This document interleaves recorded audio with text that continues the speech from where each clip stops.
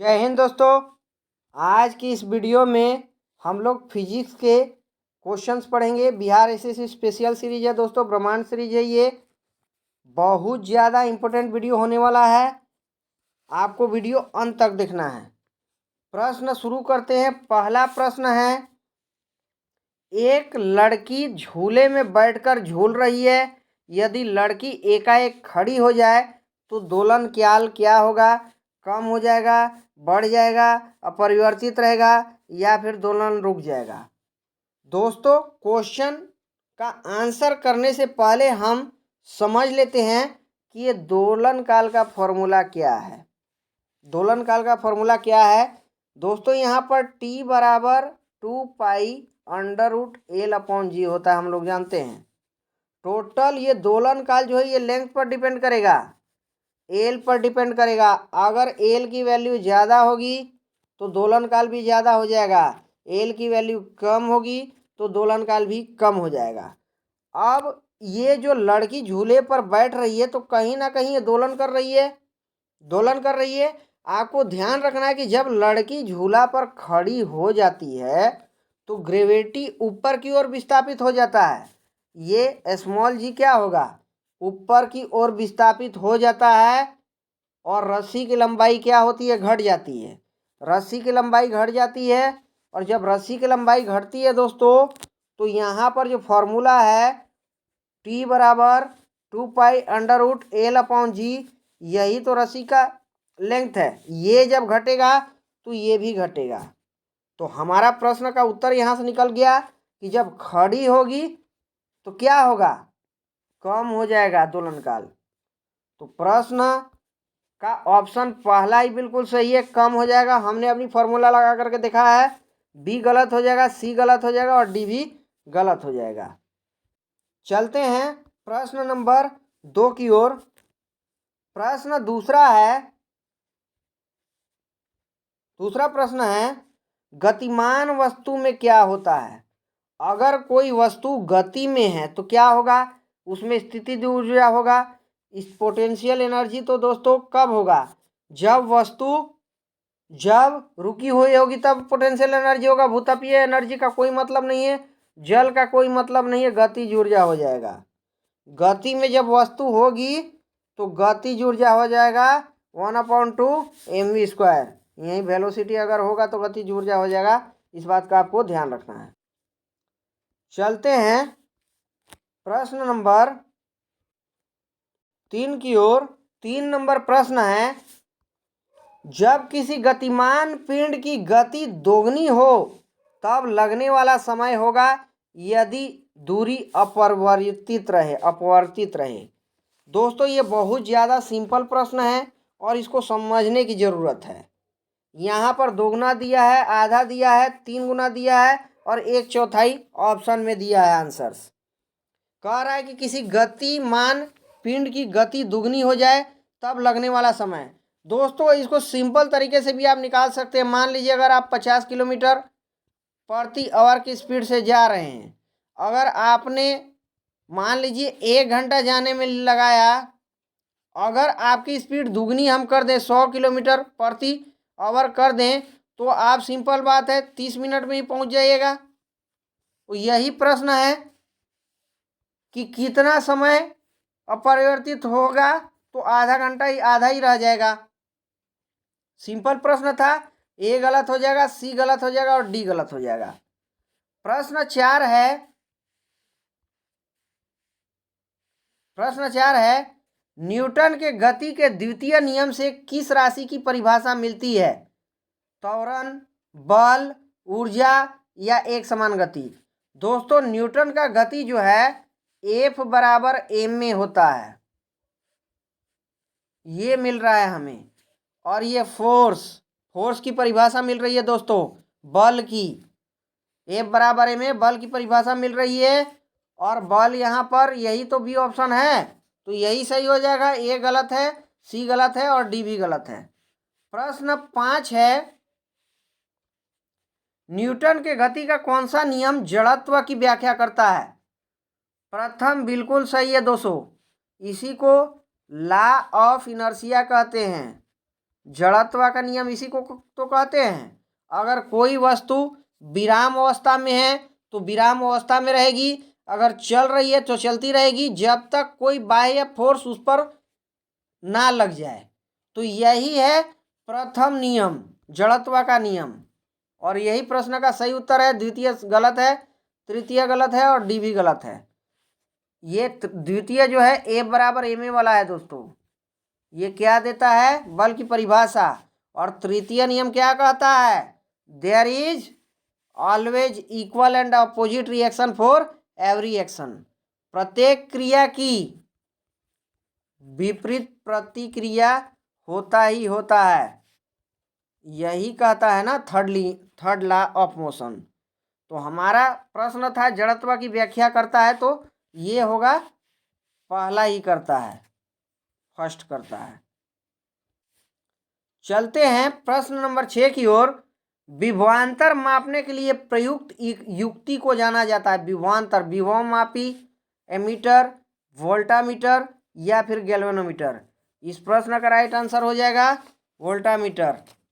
Voltameter is the right answer of this question. चलते हैं प्रश्न 6 की ओर। वेंचुरी मीटर से क्या मापा जाता है? वेंचुरी मीटर, द्रव की चाल। गलत है दोस्तों, द्रव का प्रवाह मापा जाता है इससे। वेंचुरी मीटर से द्रव का प्रवाह नापा जाता है। ये एक यंत्र है। द्रव का तापमान गलत है और द्रव का त्वरण भी गलत है। प्रश्न 8वां है, एंगस्ट्रॉम क्या नापता है? दोस्तों ये एंगस्ट्रॉम होता है। और ये कहाँ नापता है? आवृत्ति नहीं नापता है, ये तरंग दैर्घ्य नापता है। तरंग दैर्घ्य, आवर्तकाल भी नहीं, समय भी नहीं, तरंग दैर्घ्य नापता है ये। टेकोमीटर वह उपकरण है जिससे नापा जाता है। टेकोमीटर लगा रहता है ना, बाइक वगैरह में, गाड़ी में लगा रहता है दोस्तों, वही है। तापक्रम गलत है, प्रवाह गलत है, दाब गलत है, चाल नापा जाता है इससे। स्पीड नापा जाता है। चलते हैं प्रश्न 10 की ओर। प्रश्न 10 है, पृथ्वी वायुमंडल को किस प्रकार पकड़े हुए है?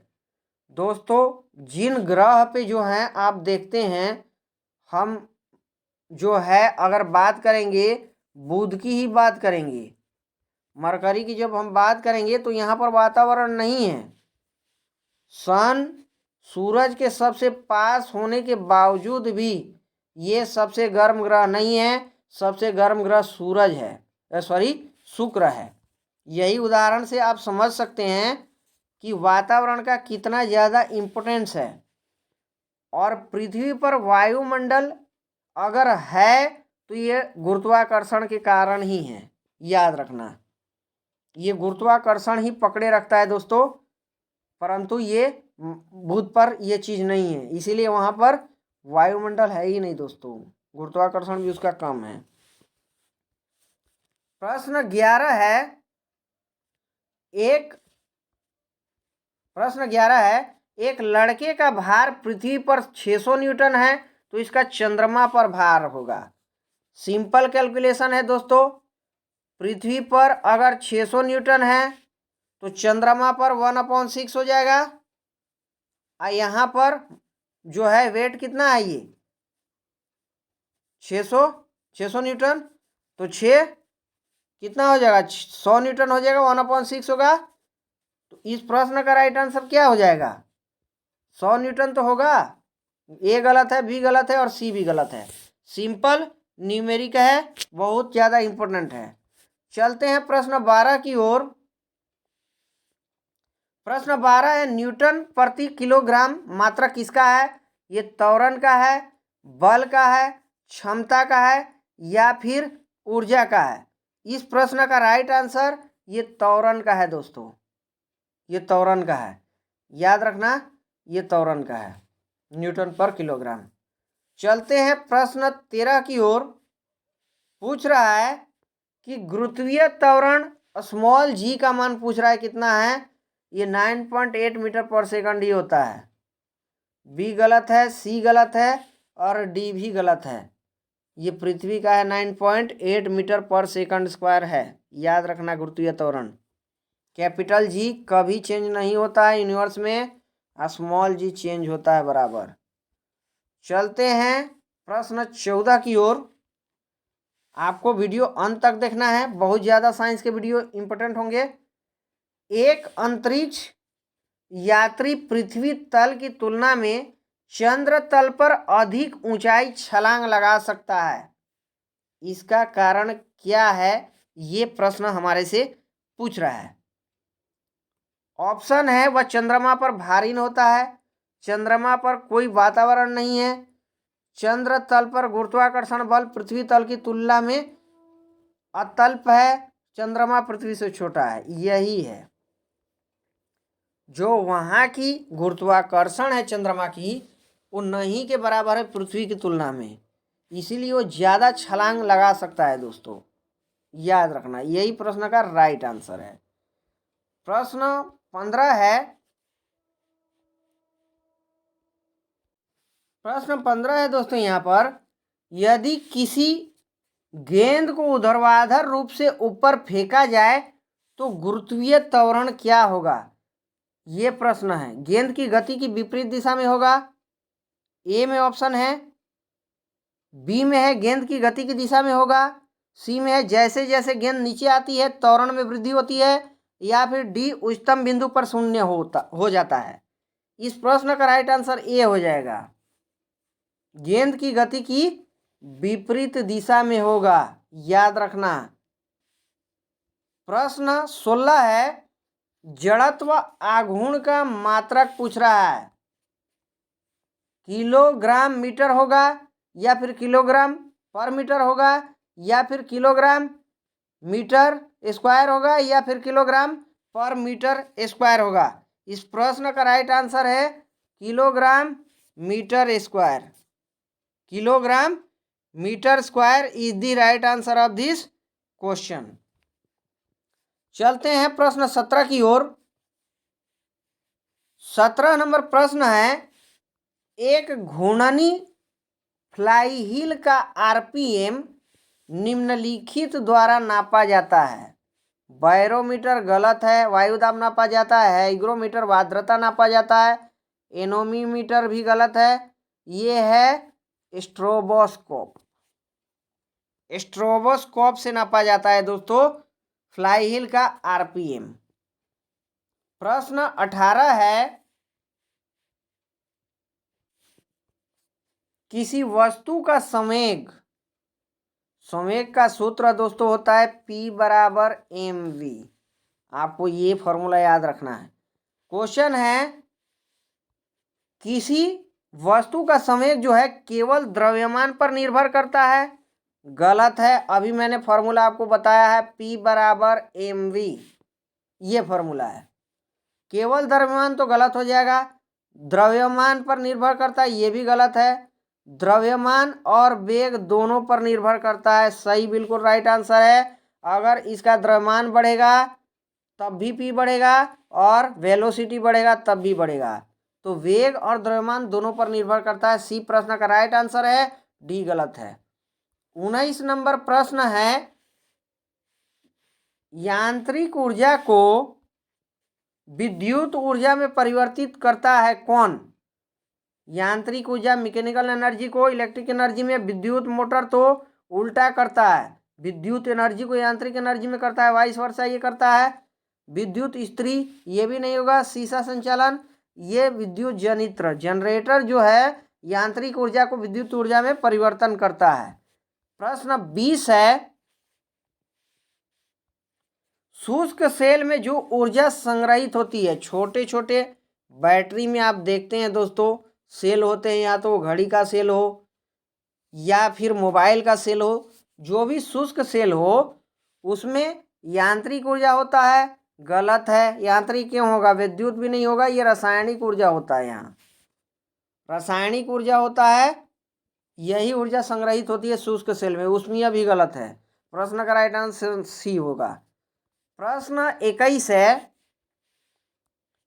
जब एक वस्तु का वेग दुगना हो जाता है तो उसका त्वरण दुगना हो जाता है, या फिर संवेग दुगना हो जाता है, गतिज ऊर्जा दोगुनी हो जाती है, स्थित ऊर्जा दोगुनी हो जाती है। देखिए दोस्तों, इस प्रश्न का राइट आंसर जो हो जाएगा त्वरण दुगना हो जाता है, ये तो गलत है। स्थितिज ऊर्जा यहाँ देख लीजिए, स्थितिज ऊर्जा गतिज में है तो स्थितिज ऊर्जा का कोई मतलब नहीं है। गतिज ऊर्जा तो कितना हो जाएगा दोस्तों यहाँ पर 1/2 mv²। तो ये सीधे सीधे ये तो 4 गुना हो जाएगा गतिज ऊर्जा, तो ये भी गलत हो जाएगा। बचा एक ही ऑप्शन, ये है संवेग दुगना हो जाता है, P बराबर mv। अगर मान लीजिए 2m रखेंगे, v वेलोसिटी 2 रखेंगे, अगर मान लीजिए वेलोसिटी यहाँ पर 1 है दोस्तों, समझिए आप इस क्वेश्चन को कि P बराबर mv में अगर 1 वेलोसिटी है तो 1 गुना, अगर मैं इसको 2 कर दूंगा तो 2 गुना हो जाएगा ना। तो प्रश्न यही तो था, वेग दुगना हो जाता है तो संवेग दुगना हो जाएगा, इसका सही है। प्रश्न 22 है, 1 किलोग्राम राशि का वजन कितना होता है? 1 न्यूटन होता है, 10 न्यूटन होता है, 9.8 न्यूटन होता है, या फिर 9 न्यूटन होता है? इस प्रश्न का राइट आंसर हो जाएगा 9.8 न्यूटन। 9.8 न्यूटन बराबर क्या हो जाता है? 1 किलोग्राम होता है, याद रखना। चलते हैं प्रश्न 23 की ओर। 1 जूल बराबर पूछ रहा है कितना है? 10⁻, ये 3 है दोस्तों, पावर में है, ये सब पावर में है, गलत है ये। 10⁵ भी गलत है अर्ग, ये 10⁻7 अर्ग है, ये 10⁻7 अर्ग है, और यही सही है, डी भी गलत है। तो इस प्रश्न का राइट आंसर क्या हो जाएगा? 10⁻7 अर्ग। चलते हैं प्रश्न 24 की ओर। प्रश्न 24 है, इनमें से किसमें नॉट का प्रयोग किया जाता है? बिजली गलत है, बिजली में तो नहीं किया जाता है दोस्तों, हवा में भी नहीं किया जाता है, ये गति में किया जाता है नॉट का प्रयोग। नॉट का प्रयोग कहाँ किया जाता है? गति में, उसमें भी गलत है। प्रश्न नंबर 25 है, और हमारा आज का जो है ये अंतिम प्रश्न होगा इस वीडियो का। प्रश्न है, बादलों की दिशा एवं गति को मापने वाला यंत्र पूछ रहा है। बादलों की दिशा गति पूछ रहा है, उसको मापने वाला दोस्तों एनीमोमीटर नहीं होगा, गलत है। रेन गेज ये तो वर्षा संबंधित हो गया, ये नेफोस्कोप होगा, हाइग्रोमीटर आर्द्रता से है। तो बादलों की दिशा एवं गति को मापने वाला यंत्र कौन सा हो जाएगा? नेफोस्कोप होगा। दोस्तों वीडियो को आपको ज़्यादा से ज़्यादा शेयर करना है और चैनल को सब्सक्राइब करना है, अगर नहीं किए हैं तो सब्सक्राइब करना है, ज़्यादा से ज़्यादा वीडियो शेयर करना है और लाइक करना है। थैंक यू दोस्तों।